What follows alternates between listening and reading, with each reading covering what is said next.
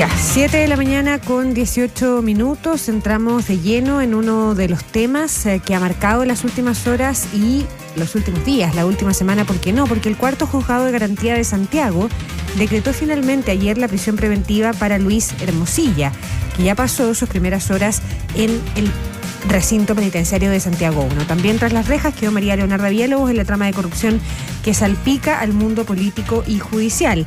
Es más, en las últimas horas salió el nombre de Manuel Guerra, exfiscal encargado de investigar el financiamiento irregular de la política en el denominado en ese entonces caso Penta. Daniela Forero Ortiz, tú tienes todo el detalle. ¿Cómo te va? Muy buenos días.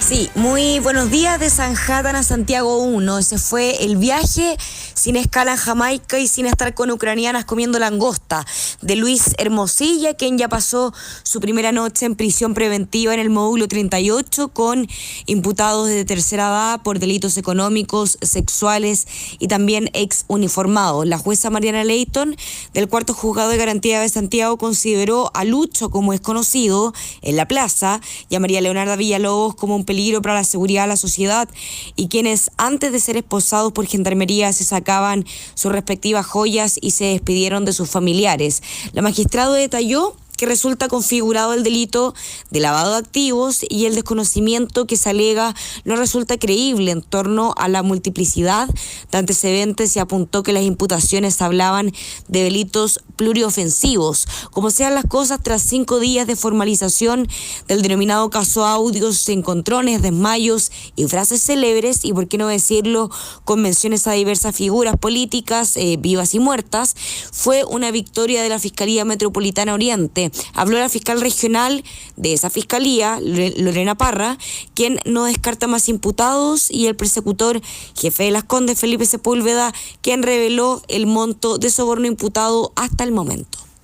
A ver, se trata de una investigación compleja, tiene múltiples aristas, una investigación vigente, por tanto, si surge algún antecedente que nos permita imputar nuevos cargos, así se hará. Pero es importante que entiendan que esto no ha terminado. Ellos aún no han sido citados a la Fiscalía. Tiene una participación que para nosotros es relevante, puesto que induce al señor Sauer en esa reunión a que aporte fondos de dinero para sobornar a ese y otros funcionarios públicos. Y no solo eso, sino que además insta a Daniel Sauer a que en conjunto con otras personas también creen un fondo común para estos fines. Del orden de los 15 millones de pesos lo que tenemos acreditado hasta ahora. Ya, ahí está, Daniela, lo que se plantea por las partes y fundamentalmente los sustentos de la acusación y de las razones para la prisión preventiva. Ahora lo que corresponde es que el Ministerio Público en los próximos 18 meses pruebe lo que está acusando, ¿no es cierto? Y se inicia recién una investigación ahora sí formalizada y no desformalizada como venía ocurriendo hasta acá. No es más que eso, pero todos sabemos que una prisión preventiva puede ser reversible, modificable, y de partida es apelable. Esto fue lo que recién resolvió una jueza en una primerísima instancia. La defensa del mismo Luis Hermosilla, en la voz de su hermano, ya anuncia que va a buscar revertir esto, pues, ¿no? Sí, justamente, tanto Juan Pablo Hermosilla por Luis y Alejandra Borda por María Leonarda Villalobos afirmaron que van a interponer un recurso de apelación. Tienen 5 días para esto. Nos dijeron que lo iban a hacer antes, es decir, no cuando se cumpla el plazo específicamente. Todo esto para poder revertir esta medida cautelar de prisión preventiva. Pero no solamente buscan eso, Mauricio, Paula, auditores, sino que también planean que en el caso de que se vuelva a confirmar la medida cautelar de prisión preventiva, quieren que no la cumplan en los recintos penitenciarios donde la están cumpliendo, valga la redundancia, actualmente. En el caso de Luis Hermosilla, él está en Santiago 1, en el caso de María Leonarda Villalobos, ella está en el centro penitenciario femenino de San Miguel, y buscan que ambos lo cumplan en el anexo Capitán Llaver. En el caso de Luis Hermosilla es más probable, en el sentido de que ese recinto penitenciario penitenciario es un penal en donde hay imputados, hombres, por delitos económicos, por delitos tributarios. En el caso de María Leonarda Villalobos se hace casi imposible, ya que recordemos que estamos hablando de un penal en donde solamente hay hombres y en donde su abogada defensora está buscando que se ambiente prácticamente un sector de ese recinto penitenciario que es bastante pequeño para una mujer. Eso finalmente se va a definir el día 12 de septiembre, en donde Gendarmería va a tener que llevar un informe para ver si es que esto es posible. Fuentes de la institución penitenciaria dicen que esto es prácticamente imposible. Ojo que quedan 3 semanas todavía para que pase esa audiencia. Antes de eso pueden pasar múltiples cosas, entre ellos es que la Corte de Apelaciones de Santiago revoque esta medida cautelar de prisión preventiva. ¿Qué es lo que dijo Juan Pablo Hermosilla, defensor de su hermano? Él insiste en que su representado no es inductor y respecto a cómo está, insiste en que él es un hombre duro, que es un hombre fuerte, que incluso en el tiempo de la dictadura él fue abogado de derechos humanos y que incluso casi lo secuestran. Pasemos a escuchar parte de las palabras de su hermano y defensor. Que aquí hay una dinámica de pagos a funcionarios que viene de antes de Luis. El hecho de que se haya pagado posteriormente significaría que él tiene responsabilidad. Si una persona tiene la determinación de matar a otro, yo le digo mátalo, no soy el inductor. Sí, está bien, Lucho es una persona dura. Lucho, recuerden que fue un abogado de derechos humanos connotado durante las épocas de dictadura. Lo trataron de secuestrar una vez en la Corte de Apelación de los organismos de seguridad. Es una persona dura, le han tocado cosas difíciles en la vida. Y esto no creo que va a ser la experiencia más difícil de todas. Es bueno, desde el punto de vista de todos los abogados, tener la experiencia de humildad y que estamos todos a disposición del sistema de justicia.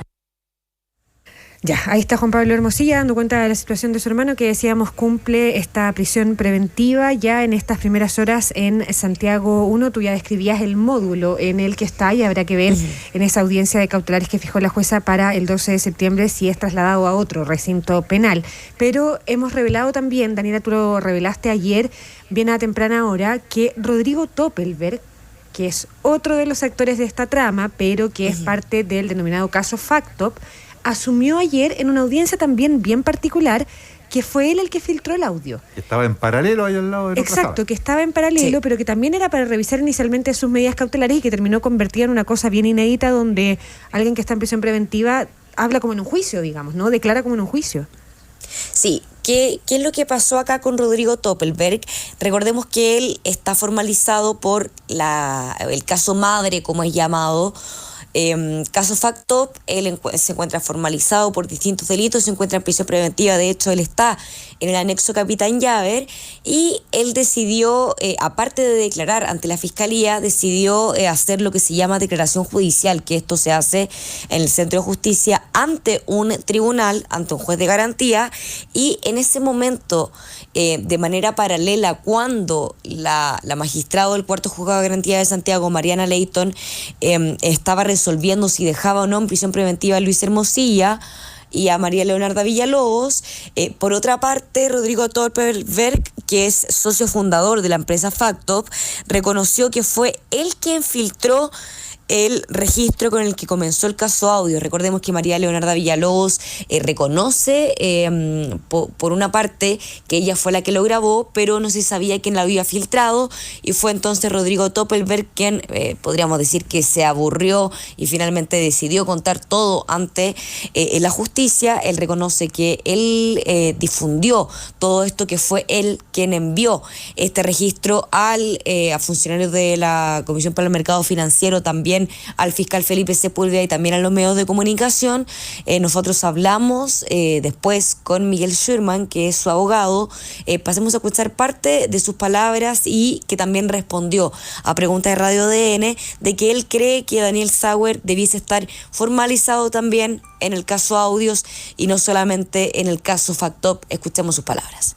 Él reconoció que él le envió el audio al Ministerio Público, a un funcionario de la CMF y también a un medio de comunicación que es CIPER. La primera pregunta, sí, el nombre lo puso Rodrigo Toppelberg, pero así lo declaró también hoy día ante el tribunal. Y respecto a la segunda pregunta, Yo entiendo que sí, por cómo fueron formulados los hechos, me da la impresión que el Ministerio Público va a tener más formalizaciones en los hechos, y uno de ellos es Daniel Sauer, que estaba justamente en esa reunión. Hoy día va a continuar, eso sí, la declaración judicial de Rodrigo Toppelberg, evidentemente muy atentos a lo que suceda en esa instancia ante el cuarto juzgado de garantía de Santiago. ¿Qué pasó también con Luis Angulo, el marido de María Leonarda Villalobos? También había sido formalizado todo esto en el marco del caso conocido como Audios. Sin embargo, se le imputaron menos delitos. Para el tribunal era desproporcionada una medida cautelar de prisión preventiva, y en su lugar decretaron el arresto domiciliario nocturno, una medida cautelar menos gravosa. A su salida del Centro de Justicia tampoco quiso hablar, como ha sido la tónica de estos últimos 5 días de todos los imputados del denominado caso Audios, que si bien hablaban sus abogados, los propios imputados decidieron guardar silencio ante los medios de comunicación. Bien, pues, Daniela. Gracias, Daniela. Gracias. Gracias por todo el trabajo. Este capítulo ahí se acaba, pero vienen otros en los próximos días ya. De aquí a mediados de septiembre vamos a tener novedades respecto, por ejemplo, a las cautelares y posible revisión de ellas. No, y es relevante ahora que terminó la formalización de los principales involucrados en el caso denominado Audios, empezar a mirar también todas las derivadas que han ido surgiendo, no en los últimos días, pero que se han ido agudizando de alguna manera en los últimos días. Lo del juez Matus, por lo pronto, que sigue dando entrevistas, dando cuenta de o intentando explicar los chats y el contacto y la relación que tuvo con Luis Hermosilla, bajo el argumento de que esto fue antes de llegar a la Corte Suprema, pero en las últimas horas también hablaba de contactos con senadores antes de ser nombrado también en ese cargo. Y la otra situación, Mauricio, la del exfiscal Manuel Guerra, ¿no? Que aparece también involucrado en algunos mensajes de texto, chats, que se le llaman ahora, con Hermosilla cuando era fiscal y cuando preguntan por diligencias en torno a Andrés Chadwick y el expresidente Sebastián Piñera, una situación que también revela y ratifica ayer el exfiscal nacional Saba Chaguán, cuando se estaba investigando Penta. Con tono como de decepción personal, además, porque fue la persona que el mismo Saba Chaguán puso a cargo de esas causas en su minuto, tiempos de escándalo en Chile por el financiamiento ilegal de la política. Un par de apuntes respecto de cosas distintas. Lo del audio, como que ya se sabía, y Toppelberg lo que hace es confirmar que él fue quien lo filtró. Ahora, los detalles no dejan de ser sabrosos. Claro, porque... y además lo filtró con 3 destinos. CIPER, claro, el Ministerio Público y la Comisión para el Mercado Financiero. Exactamente. Y todo empieza a cuadrar como puzzle, porque aquí en su minuto apenas estalló el escándalo del audio. Aquí en ADN hoy conversamos y fuimos los primeros que lo hicimos con la presidenta de la CMF, Solange Bernstein, quien nos confirmó justamente que ellos habían tenido conocimiento ese fin de semana previo a la publicación de CIPER, que se hizo pública, recuerdo, un día martes, en noviembre del año pasado.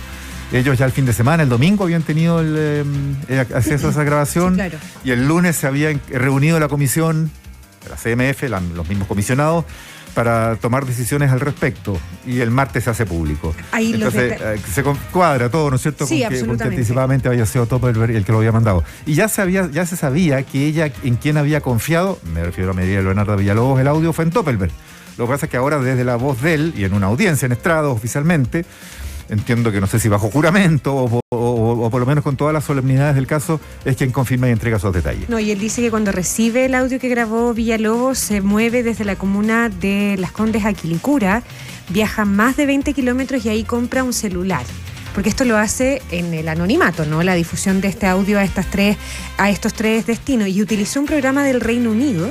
Ah, sí. Y una IP distinta. Y con esa IP distinta es que envía el audio a estos medios de comunicación. Como que usa un VPN, parece. Claro, usa otro IP, sí, digamos. Exacto, que lo sitúa en otro lugar y no en Chile. Ese es el clásico mecanismo de seguridad en Internet. Tal cual. Ahora, respecto de las condiciones de la prisión preventiva, también un par de apuntes. Ojo con las cuentas anticipadas. Escuchábamos de voces de algunos auditores, reacciones ayer en redes, celebrando esta prisión preventiva y muchas veces confundiéndola con una condena. Se sigue en Chile con esto, vamos a abordarlo más adelante, tal vez con nuestro entrevistado de hoy, que vamos a tener acá para detenernos justamente en distintos flancos de este caso. Pero el punto es que en Chile seguimos descansando o haciendo descansar las expectativas en las prisiones preventivas. Y estas no son las condenas. Seamos rigurosos. Y este no es un antejuicio, digamos. El Ministerio Público, claro, el Ministerio Público, por supuesto que sostiene que Hermosilla es culpable. Le imputó cargos, lo formalizó por ellos, le declaró, señor, lo estamos investigando por esto. Pero Luis Hermosilla es presunto inocente. Hoy está tras las rejas en un centro de detención preventiva. Pero es presunto inocente y así va a seguir a no ser que tenga una condena en sentido contrario, que lo declare culpable, más allá de toda duda razonable, en juicio o post un juicio o algún otro tipo de salida, pero donde se considere que se determine por la justicia en última instancia, eventualmente una Corte Suprema, sin recursos apelables y la sentencia sea ejecutoriada. Ahí va a ser culpable. O sea, por ahora es un presunto inocente que está enfrentando cargos de una parte acusadora o de varios acusadores, el principal de los cuales es el propio Ministerio Público, que formalizó cargos en su contra. Pero la prisión preventiva es por definición transitoria, revisable, de partidas apelables, de hecho viene la apelación y en una de esas se la revierten o se la modifican, lo cambian de lugar. Y me refiero también a las palabras del presidente Boric, cuando ayer en un acto público, como que no puede evitar sacar algún provecho del momento, ¿no es cierto? Y de la noticia que le estaba llegando en ese minuto, porque como que desayuna a su audiencia contándole, acabamos de saber que fue enviado a la cárcel uno que se creía poderoso. Y la audiencia estalla en una ovación. Claro, fue un momento político.